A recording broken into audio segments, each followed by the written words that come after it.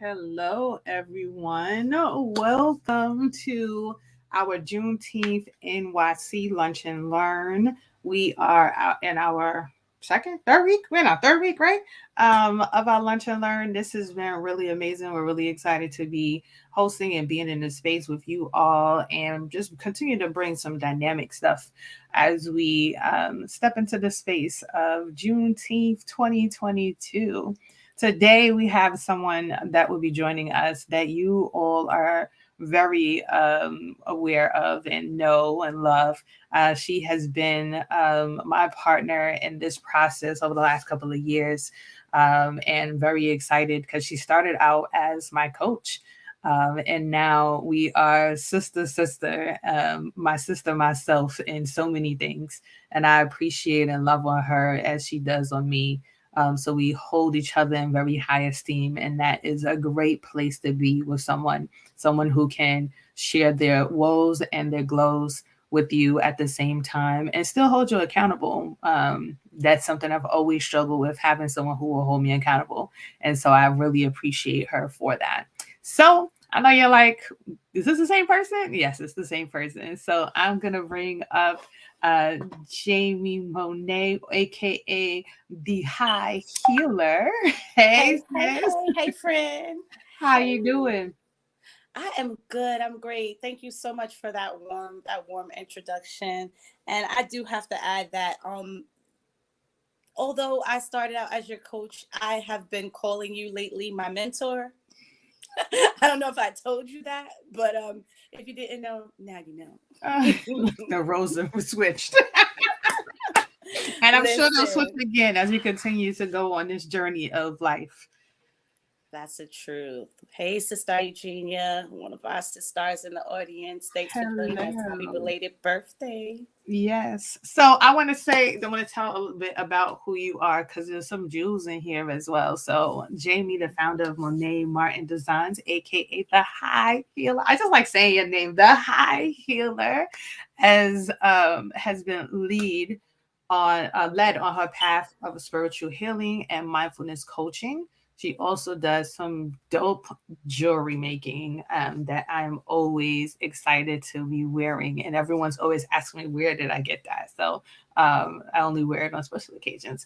And she also does a few holistic modalities. So Jaimie is living her purpose daily through helping others cope, deal, and heal by any means necessary to take our spirits back one at a time. So I know we are doing this series on doing it messy, which Mhm. is in itself very interesting, right? So as we have stepped into this new year, and actually uh, this decade, 2020 period has been full of messy. Like, to be honest, Right. it's been full of messy. It's been full of inconsistencies. It's been full of, I guess what life really is. And so, talk to us a little bit about your title, which is When Your Life is Doing It the Right Way. Sorry, where in your life is doing it the right way, stopping and blocking you from you living your best life. So, I will start by asking you that question and then we can go there. Got you, got you. Well, before I'm gonna answer that question, but I do want to share where. Do you mind if I share where we coined the term "doing it messy" and where it Sure, came from? most So, definitely. "doing it messy" is not all my term. It's actually a term co-created by another coach, Athenia, and I. And in the process of her coaching, and this is an area where we mirrored each other, and my sister, myself, and I realized it back then in cohort 15, but I think it becomes more and more aware as I am in this space of doing things messy and really seeing where it doesn't really work, where it hasn't worked for me trying to do things right. And that is in the energy of being a perfectionist. So we realized that Athenia had these traits of being a perfectionist. And we were just like, you know what, just do it messy. And since then, she has really coined the phrase and uses it in different places and spaces where we operate and facilitate together. So while we were talking about a topic to come up with, doing it messy was just natural to us, and it fell right in place. And I am right now in the process. For those of you who don't know, I just relocated after living in an apartment in New York City for 17 years. Any of you that are New Yorkers, you understand what it is to be living in the same place for 17 years. It's like you're so encompassed by your life in this shell that you're just packing it up, getting it ready, taking the dive to say you're moving. And it's also a move that I've made alone. I've had a lot of support along the way, but it's a move that I've made leaving my 21-year-old son back home in New York, and my brother, and who's had been with me for since he was about 18, 19, and is now 33. So it's like I left my two children back home, and now I'm embarking on this journey by myself. I wasn't fully prepared financially, but I was prepared mentally, emotionally, spiritually, all the other parts that needed to be there. So getting here and just doing it messy. I had originally said that I was going to get here and start my business. These plans that we make and create when life looks like what we imagine, but not necessarily thinking of all the work that you have to do to put into it, the blockages that we have to get out of the way. So I'm here, I'm working for others and door dashing and all kind of different stuff. We're about to start door dashing, and I'm okay with it. It's okay because I know that it's part of my journey. It's part of the patience. It's part of my doing it messy. It's part of this all working out for me. And even having the opportunities, there are time frames that people couldn't have done a DoorDash. That wasn't even a way to make money. Right. So in the process of doing all of this, I've recognized and started to look, okay, Jaimie, so you want to get here, you want to start your business. Where are you starting from? And where are you also blocked from starting your stuff? So I started to sit down and use the tools. We're both graduates, Athenia and I, of a program called Be the Tree, an amazing rites of passage collective for women, and even that is growing and changing. We are in the conversations of inclusivity. So when I say woman, I mean that loosely with womb and man, and just energy of a woman and feminine spirit. And it's an amazing program that has given tools that have helped me. I can sit down and look at myself and go, okay, Jaimie, what stories are you operating from? What stories are holding you back? What's going on? And what has come up for me is that I'm a tarot card reader. I love crystals. I few different things. Love my jewelry making, can even teach it. And I realized that I was stuck in this story of, if I can't actually like recite my cards, if I have to go to reference notes, then that's not me doing it. And it's just like, oh no, I can't get on camera and I'm looking at my notes and I'm checking what each card means because I have not retained that. So I'll share with you guys that as a child, it was always hard for me. I would say, undiagnosed ADHD.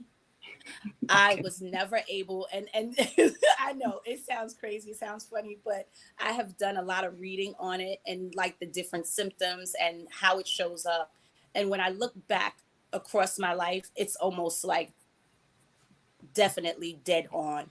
And as a child, I was never able to retain information for like certain information. So multiplication tables, for instance, I don't know if you recall, when we were younger, we used to have to memorize them. I have never been able to memorize my multiplication tables. I have always had to remember the little cheat chart that we used to have.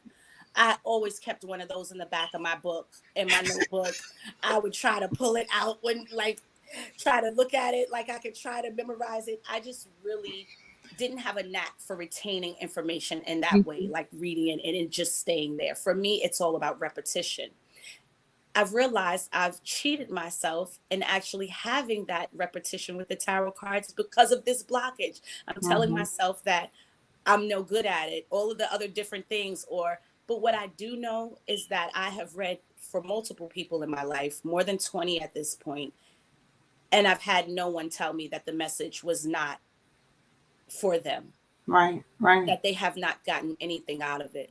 right. So, in understanding that I am a conduit for the message for people, that I am a healer, that through the healing intention, that I don't have to be able to recount and sound like a professional that's just about me. Plus, it's also, and not to discount anyone else in their path, but for me, it's not about the money of it, it's about the message of it.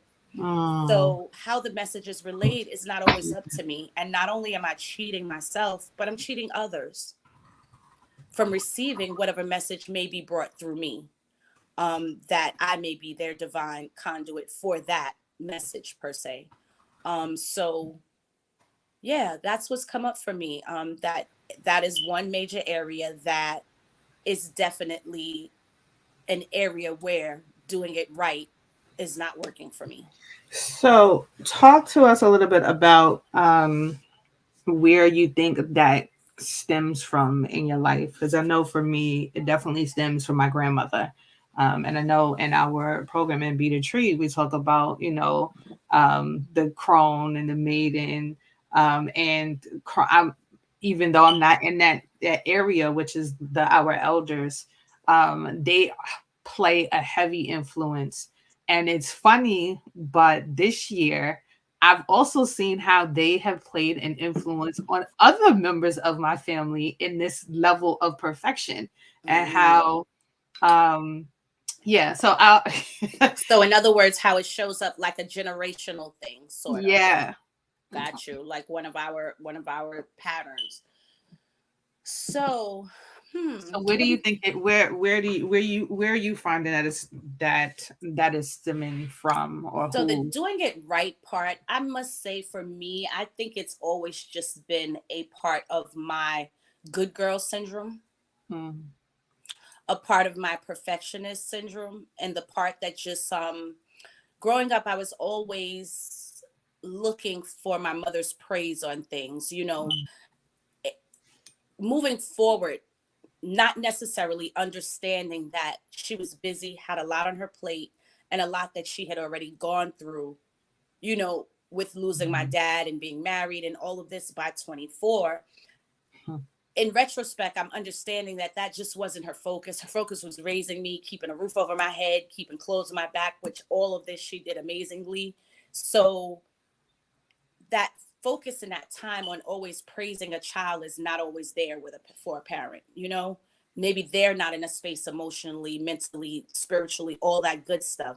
So there was always this, like, always trying to please her, but not under her necessarily like saying you have to do this or this has to be done. It was my own story, wanting to be a good girl and wanting to just make her happy.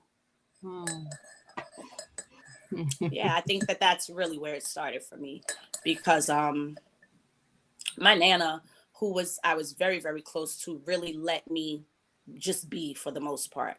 Hmm. She talked to me a lot, she taught me a lot, she would tell me things, but it wasn't necessarily like, hey, you're not doing this right, do this way. Or it was just sort of like in conversations as we're having girl talk about different things, she would share different things about bills and about living life and stuff like that.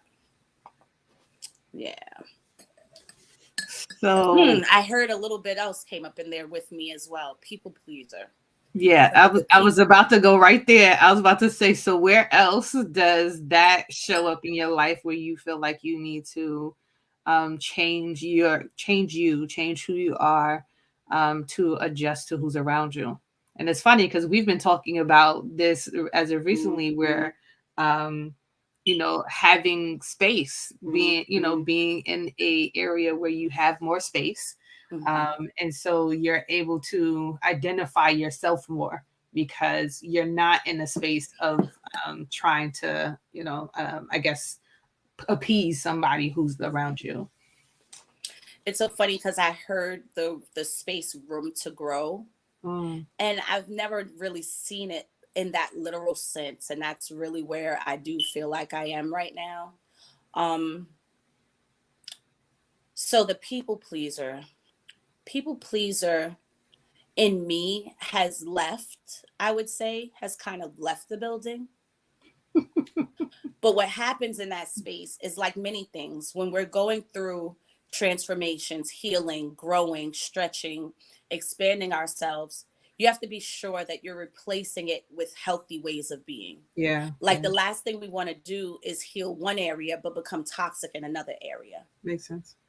So still wanting to find that balance. So where I've learned to take that people pleaser energy, it's in focusing and being the healer that I am and am aspire to be, and aspire to grow into in even more, have even more modalities and more things going on in the healing area. Um and not as much in the creative, because I guess I've been healing through my creative side more than anything, and now I'm growing into wanting to create other things and have one-on-one sessions and heal, in a different capacity. So through that, just taking that people pleaser energy and putting it at that in that area, so that way it allows for the intention to it's almost like a seed, I guess, Mm-hmm. a seed of intention, and allowing it to have a high vibration, because there's nothing wrong with pleasing people. It's just that it doesn't serve us if we're pleasing people at our cost, at the cost No, of it our makes sense. own well-being, Yeah, or state of mind. yeah. So it's funny you talk. So you shared a lot, and one of the things that came up is how when one person, so like I was sharing about my grandmother, how she married into our family, and she was the perfectionist, and but it was like she leveled everyone up, and Mm. for me, when I looked at it, I kept looking at it from a low vibrational space. When I was going through the program, I was like, why was she so, such this perfectionist? And when I say perfectionist, I meant like she had standards as far as, um, being a wife, a mother, a church going person, a community person. So it was like you can do all of those things, still maintain a clean house at all times, still have food on your table for your husband, still take care of your husband's needs, still take care of all your children's needs, and make sure that they are adequately doing well in school and behaving good. And when they're in church, they're sitting there with their hands folded and not making a noise, not being disrespectful, not cursing, not doing any of those things, being in church, being a part of the choir, being on the usher board, being the tithe member. Like when I say perfection, I mean like the list goes I'm on. like, no, there was just some true super women in certain that generation there. That generation there, I Mm, tell you. exactly. So being, and then I was in that, I was around that all the time. Like I was with her every Saturday and Sunday. So like I saw that, and I was a part of that. And even as I got older, she would, I would stay at the house and I would wake up and she would like, I hope you're not going to take that face to your Mm. husband when you get married. I'm like, what are you talking about? She was like, that face when you wake up, it's not becoming. And I would be like, I just woke up. Like, what you gonna put makeup on? I just got off the bed.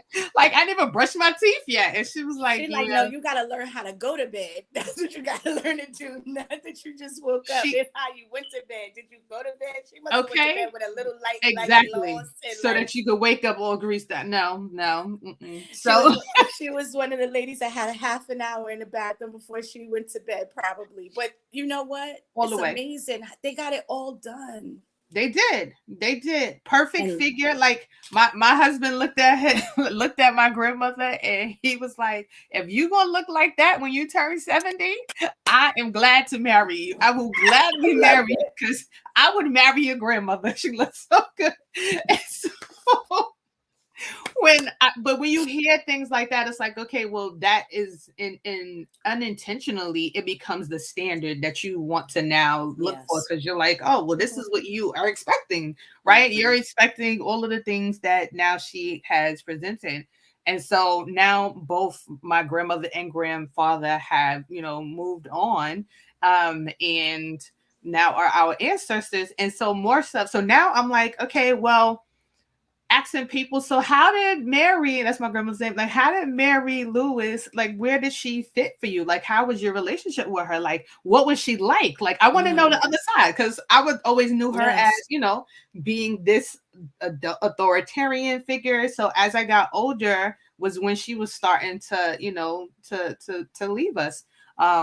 And so now I'm like, okay, I'm in that space where I'm coming into my own. I'm understanding myself more, and I want to know more about who she was. So everyone's like, yeah, she was the golden seal. She was what we aspired to be. And I was like, really? And it was like, because of her, it gave us something to look forward to. We never saw a relationship, a married relationship where people loved each other. And your mother, your grandmother and your grandfather were that for me. And I was just like, I never thought about it that way. Like I said, I always thought about it in a low vibrational, like, oh my gosh, I have to do this, I have to. And not understanding the impact on other people in the family, in the church, and other spaces that looked at her and used it as a model to model their life, and not to be a perfectionist, but as an example. Exactly. And it's funny. It's all in how we frame it. I tell you, it's amazing how which way the lens is focused can just really change it all. Because once I heard that, my whole demeanor about her changed, because I was like, yes, I said she was needed. Like everybody's again, we go back to purpose, right? Everybody has a purpose in this world. And it sounds like hers was to level everybody up. Not to level everybody up. Not even just everyone. You and your family, but anyone that she came in contact to give them something to want to live into, something to aspire to be. And that's a beautiful thing. Miss Mary. And I just, you know, I know that I'm the one in the interviewee seat today, but that just, I had to catch myself just now because I almost got a really emotional cut, because this is our first time having this conversation about your shift and how you see grandma. So like you mentioned, when you were going through the program, first of all, I can see this shift in you. Not that you were already an amazing wife and mother and partner up in your situation over there. Cause you know, I love y'all's partnership. Thank you. And just the way, like, I can see it in how you've relaxed into the role. It's almost like when I could see when I met you that you were in that space of even being a perfectionist in all those areas, having to be the perfect mother, having to be the perfect wife.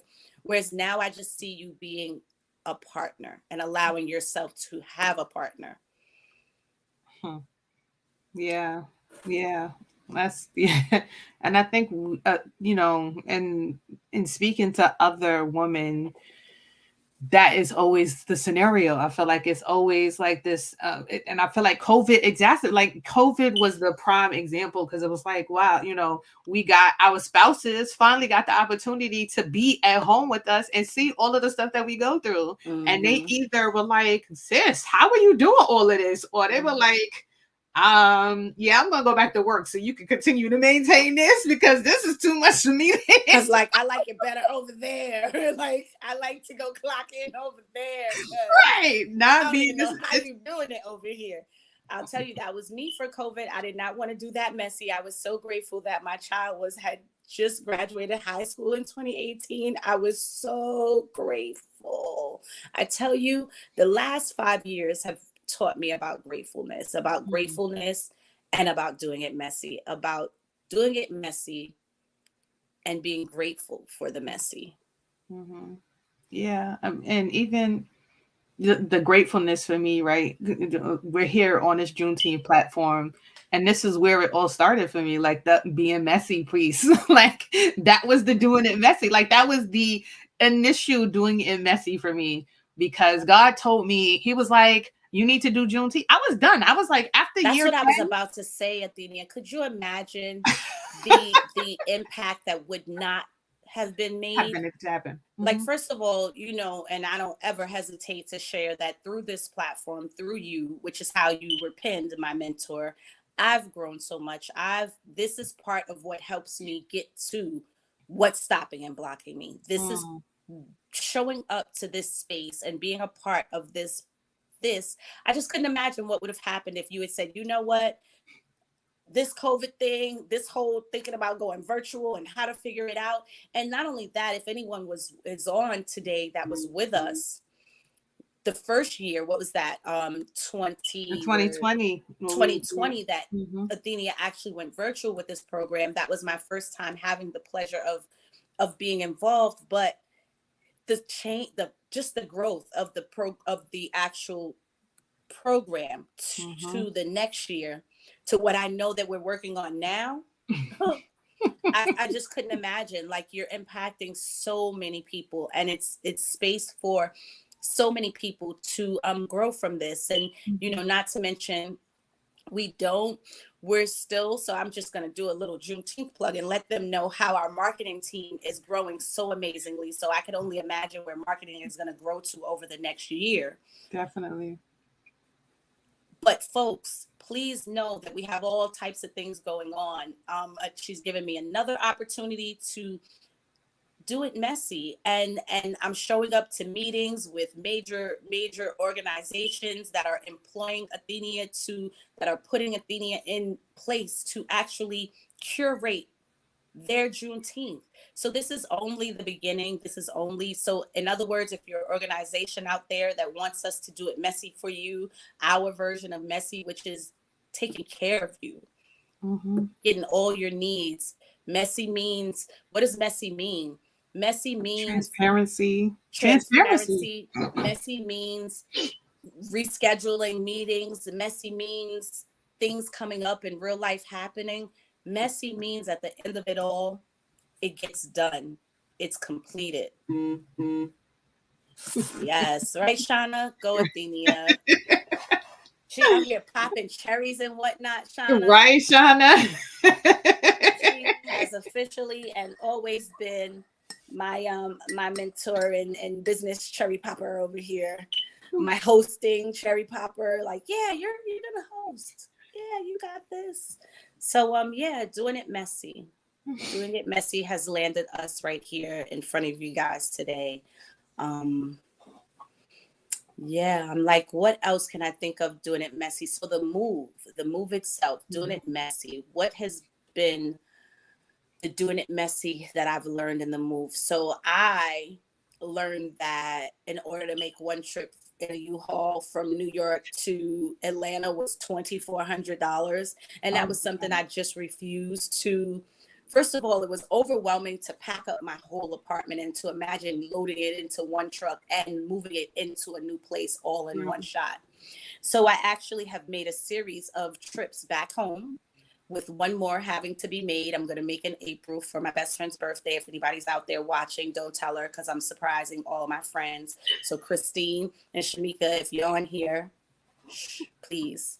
And I know Christine can't wait to be the one to tell on me, because I always tell on her when she's posting on Facebook and doesn't tell the group first. But yeah, so I have one more trip back home, and I've been renting a vehicle to drive it back down. It's a 14-hour drive, but I make stops to see family. So that's what doing that messy looks like. And it allows me to move in a step at a time. It also allows me to really release things that I don't need. Whereas I feel like if I had packed everything all up in one shot and moved it down, I would have probably tried to bring everything. And I wouldn't have recognized the need for what I don't need, if that makes sense. So you brought up something about how doing it messy allows for, and I know, when we're doing events, they're always talking about, oh, we got to make sure that we're dotting our I's and crossing our T's. But doing it messy, to me, like, I envision, instead of having these neat little words that are right next to each other, that we have these neat little words and they're spread apart. And because they're spread apart, you're able to see the intricacies in between each of the words, and in between each of those letters are experiences that help you grow, so that you understand what the next letter is going to be and how to get to it. So it's like, that I love that. That whole doing it messy piece that's why I was saying transparency, because perfection is really just you hiding what the true space is like. That's really what it is, because nobody is perfect. No one. It lives in a space of perfection. And it's just the facade. I mean, the Facebook, what they call it, the Facebook post, the Facebook hype or social media hype that you post up is just the perfected part. It doesn't talk about all of the behind the scenes part that led up to that, getting up to that space. Everyone posts a picture of them having a baby. And it's like, oh, the baby's so beautiful and so pretty. And then it's like, well, we don't talk about the 9 months that the mom was there, the back pains, the crying, the treatment in the hospital, the not sleeping, right? The treatment in the hospital, the near-death experience, like all of that got them to having that beautiful baby on the table to be able to share with you. So it's like, that's the perfect part, right? That's the perfect part. And it's the transparency part that that we. It's the I was throwing up every day on myself, not even just throwing up, but just all kind of things. It's the transparency, definitely, and that definitely is a space to it. It definitely allows you to grow, and I think more than anything, it allows others to grow. Because that's what came up for me when you were sharing that. I'm like, yeah, because Jaimie, you're sitting here with this story of, the tarot card reader that has this perfect backdrop and this perfect lighting. And meanwhile, I don't know that she don't have a chart behind her screen that's giving her all these things that I'm worrying about. I don't know that someone else has it where they're the same exact thing, but they've learned how to just get out of their head and make it happen. Because if you need a cheat sheet, get your cheat sheet. Why do we shame ourselves? Why would let me speak for me, from me, because that's the work that we do, not me. Why do I act like having a cheat sheet diminishes my worth? So those are, when you were saying about the words and the letters, those are the things that I've really been able to discover, having the space, having the being out of a neighborhood where I'm hearing the train pull in every 10 to 15 minutes over, because it's not even across the street fully, it's literally like right there. Not having to hear the horns honking coming through the block, waiting at the light because it's a major cross street. Not hearing the auto body shops and then their music that is their music to work to or whatever, but it's blasting for the whole entire neighborhood to really hear. And don't forget the wheelies. Like, we had sports cars that just, my neighborhood was a huge car area, and it was like you hear the spins in the day in the middle of the street just spinning, and this is nighttime now. So it's like never really a moment where that you're going to have peace unless, and I've even had moments at 3-something in the morning where the neighbors are like, bow, bow, bow. I have the pleasure now of having that gone, that removed. Sound is a lot better. I don't know if that's like an Atlanta thing or a condo thing. When you leave the city, their sound between the walls basically is like, almost like it has some kind of sound. You hear things, but not the way you hear it in the city, in the paper thin walls. No, not the way you hear it in the city. Not at all. So I'm definitely getting an opportunity to step back and see where I need to do it messy more, where I need to apply more mess. So it's funny you say that, because my next question, right, is because I've been on this 28 days of self-care. Where I am, sharing with the world like what I do each day as a part of my self-care. So self-care is now like, having that conversation with everyone about self-care. So what does doing it messy look like in self-care for you? So doing it messy in self-care for me, having been a Sacred Woman graduate, doing it messy means that I'm not necessarily waking at 4:30 or between those hours of 4:30 and 7 to do my bath rituals, but that I still have my instruments and I still have my altar, so that when I do get up, I am taking that time to stop and check in with self, to have a moment to love on myself and to connect with our ancestors and the Most High before I get on with my day. So while it may be the format in the book, and if and this doesn't, you don't have to be a Sacred Woman graduate to know this. This is just if you are a follower of the Sacred Woman book at all. I know many healers that use it and have never taken the program. You're taught that those are the times that you're supposed to do that.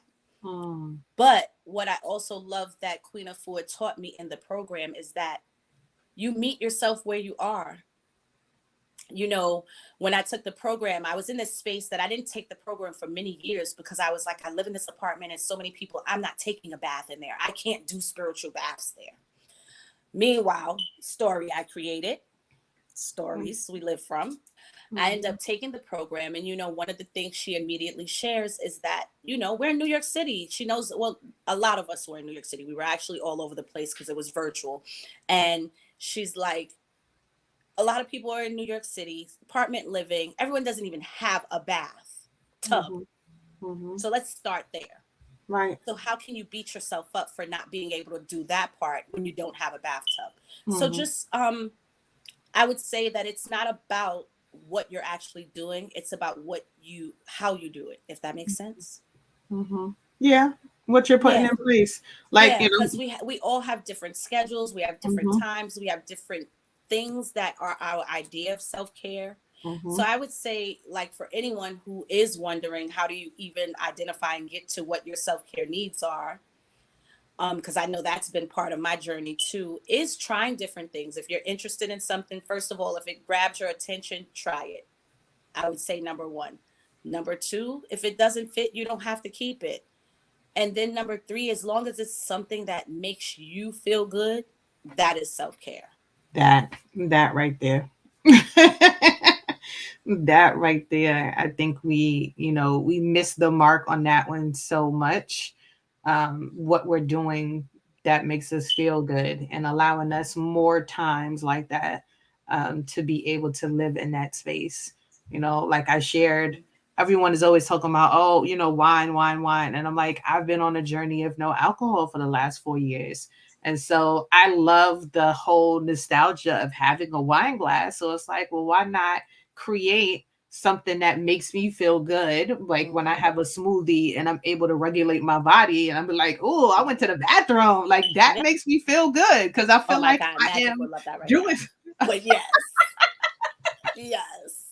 I'm like, that makes me feel good. So like, having it in a nice glass wine bottle, that, putting the two, like you said, changing what the world sees as something that is considered norm or their form of perfection, and creating our own, like, what makes me feel, what's good for me. So that's why I said that is definitely a big component to self-care and what really makes self-care real for us. Yeah. I like that. So Let's see. I wanted to talk about a little bit about your purpose, right? Helping others cope, deal, heal by any means necessary to take our spirits back one at a time. Can you talk about the last part? What does it mean to take our spirits back one at a time? So I'll share that is part of an older tagline that I had come up with when I was studying to be a doula and considering on being a doula. And the name of my doula service was Taking Our Spirits Back, one birth at a time. So it's always been part of and even with jewelry making, it actually started with jewelry making. Let me take that back. It actually started with jewelry making. There was Mone't Martin Designs, but part of my purpose through the jewelry was helping people heal and take their spirits back one piece at a time. With the crystals and the jewelry. And then it was just something that just stuck with me. And I realized that it is part of my purpose, and it actually is something that I added on as of late. The taking our purpose, our taking our souls back. So it's basically about when we came to this country with so much 400 plus years ago, so many things that we had in place where we were taken from. Might not have been technology, but we had self-care, we had rituals, we had love, we had beliefs, We had systems, we Mm. had languages, and those were all taken away. So for me, it's like as we continue to grow in this country, sorry y'all, but the Super Bowl definitely gave us some souls back, okay? And that's what it's about for me. It's about getting our spirit, keeping our spirit, finding our spirit when, Yes. being a little girl who lost her dad so young, it's almost like my spirit was and I think that we had this conversation, or either I was having it with someone, but I was definitely talking about how I have always strived to not be sad. Mm. I didn't want to live in that sad space. I could have easily been sad. I also had lost my uncle and god brother by the time I was 13 years old. So these Wow. were my closest, and this was my favorite, my mother's youngest brother. And these were the men that were the closest to me. So by the time I was 13 years old, I had many reasons to walk around as that sad girl in school that you see. But I didn't Mm. want to be that. And the core of who I am as a person, silly, bubbly, didn't want me to. So I refused to sit in that space. But in that space, it still takes something, you know? Hmm. And you can woo, I actually just went to that space for a little while. But just Mm. not wanting to be that. Just wanting to strive to stay away from that, to not be that. Yeah. I'm not even gonna lie, y'all. I'm gonna be 100% transparent. I got so in that moment for a moment that I kind of even lost what took me there. Bring me back, Athenia. Bring me back, host. Sure, no problem. I See, mean, doing it just messy. and that's fine. Because It people feels are good. seeing the transition, right, and are able to connect. And I think that's another part of doing it messy too, right? When we are messy, we allow others to be able to connect to us because they're Mm-hmm. like, hey, I'm struggling in that space too. And it's so funny when the more things are messy or the more we're transparent about our messiness, the more people are apt to jump on the bandwagon because they're able. And I think that's too what helped me to propel through Juneteenth because it was like, hey, I need help. Like being messy is like it's not like I got it all. Like me staying up for Exactly. 3 days straight by myself, doing work. Now I had the next, last year I had 4 or 5 people staying up with me like the 3 and 4 o'clock in the Mm-hmm. morning, doing stuff, getting things done, preparing for Juneteenth. That wasn't the case in the past. So being messy and AKA transparent has allowed people to be able to connect in ways and to see the humanism that it is that at least Mm. for me that I bring to the table. I remember somebody saying to me that was like, oh, like why are you part of this program? Like you have a perfect life. Like, you don't know what it is to be to have. And I was like, girl, you don't even know that. I was like growing up in the shelter for 2 times, having a commute. I sit there and I look at my son and I'm like, you're 12 years old and in 8th grade. And 6th grade, I was going back and forth from the Bronx to Brooklyn to take me and my 2 brothers back and forth to school while we lived in the shelter. And people and they're like, what? And I'm like, yeah, for 2 years straight. I was like, but I won't even allow my 12-year-old son now to go I barely to the tell you. corner by himself. But I was doing all of that commuting and being Mm-hmm. responsible for somebody else and their life. Mm-hmm. So and all that told me was if you don't know, if you haven't been in a space where I've been able to share that story with you, you're less You likely to don't know. connect with me. Yeah. So now because you see me up here, you see like they talk about the mountain, the what do you call it, the Everglade and the water. You only see the top part. Like you don't Mm-hmm. see how deep it is and all of the grunge and everything that's under it that got it to be there to live to that part. And Mm-hmm. that is Wow. and that's where the whole and that's where God has been challenging me, Lord. Because it's like, yeah, be more transparent, be more, tell your story, stop being so predetermined and letting people know your story, because every time I think I've opened my mouth to share my story, someone has been in the space to be like, me too. Mm-hmm. Mm-hmm. Yeah. And so that when even when you were just sharing now, it's like how many people who are watching this or will watch this later, watch the recording, can say that they grew up in a space where they didn't have their father, their, their uncle, like that had a lot of loss at a young age or had such a detriment, and was still able to look at it in a positive light. Like that and alone in itself, wanting to, like, you made the decision to look at it positively, not to be like, oh, woe is me. And because you definitely could, you could have lived in that story, and you can continue to live in that story even as an adult. But you chose, like, that part, like you chose to make a different decision. And it's so amazing because, we don't realize that before a certain point until we're like grown and out of the house, that there are choices that we don't even, and I think I've even been guilty of this as a parent, that sometimes we forget that our kids can choose for themselves. It's all about what we also share with them, because I know making them aware of things is part of the freedom in their Yeah. choice. But when everything is like hidden from them, and I'm speaking for my own self as well, as how I was reared in growing up in a very strict era, and where it was interesting because our freedoms were different back then. We were able to travel and go to grocery shopping, do the full dinner list, grown things at 10 years old, and different ages. At 10 years old, I was taking the bus. I hadn't started taking the train yet, but I was going back and forth to Nana's house in the South Bronx, up to the Upper East Bronx. And I get where sometimes we take those choices away because the world is crazy. And I'm sure it happened to us as well, but because of the freedoms of a little bit of other things that were different, people, I don't know. So it's just, life is interesting, and the opportunities that we have to do it messy are so vast. Like, I started writing things down, and I'm like, doing it messy can mean asking for support, is what I heard in your share a moment ago. And a lot of us may have a hard time asking for support. I can say that I'm definitely guilty of that.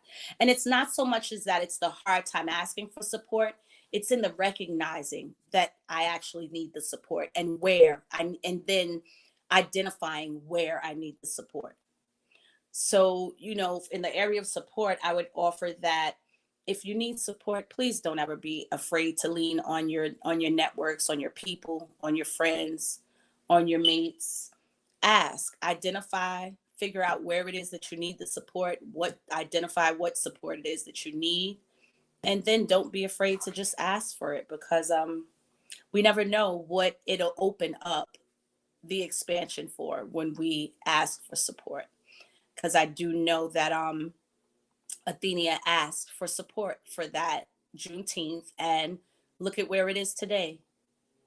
So, and this again, I just still say that this is the baby phase of this baby, because she had two babies called Juneteenth. One grew up to be 10 years old and kind of like go off on, and then go off and start growing into the next phase of life. And yeah, it's on its teenage journey. So it's what, like a preteen now or something. Yeah, yeah. Yeah, yeah. Mhm. Mhm. That's a good way to put it, and when you think about that. And I'm like, yeah, we're definitely in that preteen teen age, where a stage, should I say, where things are still very, like, we're still figuring things out, but we're coming into our own. We're understanding more about who we are and what our power is and isn't, and able to take a stand with what's right and what's what's not. Before it was kind of like going with the wind, and like now it's like, no, we've been in this game, we've been doing this for a while, and no, you can't just come into this space and tell me how to do it, or which way we should go. And that dynamics, like, this is for the community, it was created by the community, and it's going to continue to stay in that space, because that's what makes it so powerful, being for the community, by the community, and to the community, by allowing us to change the narrative. Stop allowing people to come in and tell us who we are. So that is definitely, yeah. So by asking, like I love that. I share that in the chat for everyone to be able to see. Doing it messy is like asking for support and recognizing where I need it. And I actually think that's a great part to start. We are at 50 minutes now. So, Jaimie, do you want to share how people can reach out to you, how they can connect to you? And They can DM me right here, right through Facebook, since we're right here on Facebook, or if they are on YouTube, you can just drop my full name, Jaimie Mone't Lloyd. They can find me under that, under Facebook. They can find me under that almost anything. If they type that into a Google search bar, it'll pop up the Instagrams and my Facebook and all the other good stuff. I'm gonna say Google search her and find out and let her know what you find. When you Right? Because who knows? It might be some more stuff out there. Oh, good God, Lord. Listen, I have done it messy, but in a good did. way. Nothing that I am too ashamed to talk about. So Not at yeah, all. do Well, that. thank you. Thank you, Jaimie. I appreciate you. I started off this whole conversation saying that you have definitely been a true sister. I appreciate every conversation that we have because it is definitely both of us standing in proxy for each other and holding each other accountable and pushing each other to be better. So thank you. Oh, I love you. You're As so Madison was welcome. doing last night or Tuesday on the calls. She was like going on my heart on the calls and putting the camera down. I said, this child, Oh, I gotta love her. But sure thank do. you again, Jaimie. I Thank you, appreciate you. Athenia. Honored. I'm honored. And thanks for everyone who stopped by, anyone who watches the replay. Looking forward to hearing from you. Oh, and I do want to mention before you guys depart that my modalities, because I didn't get around to that, because that is Yes. not necessarily, well, it is part of the doing it messy, but I am a Reiki healer, a tarot card reader, and I am a yoni steamer. I am located in Decatur, Georgia. So if you're down here in Reiki and tarot can be done virtual, but my yoni steam services are in person in my home. So if you're interested in services, please reach out For and sure. stay tuned because there's some more stuff coming up in the next 6 months. Ooh, so exciting. 2022 is all about change. Come on now. I Amen. appreciate it. Looking forward to it and learning more about what you're about. Thanks, Jaimie. Thank you. All right. And thank you, community. Appreciate you all. And we hope to see you next week. If and again, if you are interested in being a vendor, we are still in the early bird stages. I think we're doing our early bird special until March or until spaces last. We have a few spaces left, so I definitely encourage you to apply. And we have payment plans after March, we won't have payment plans available. So I definitely encourage you to apply now so that you can make sure that you take advantage of that. And so I'm going to end with a little commercial about our Juneteenth event, and we'll see you next week, Thursday.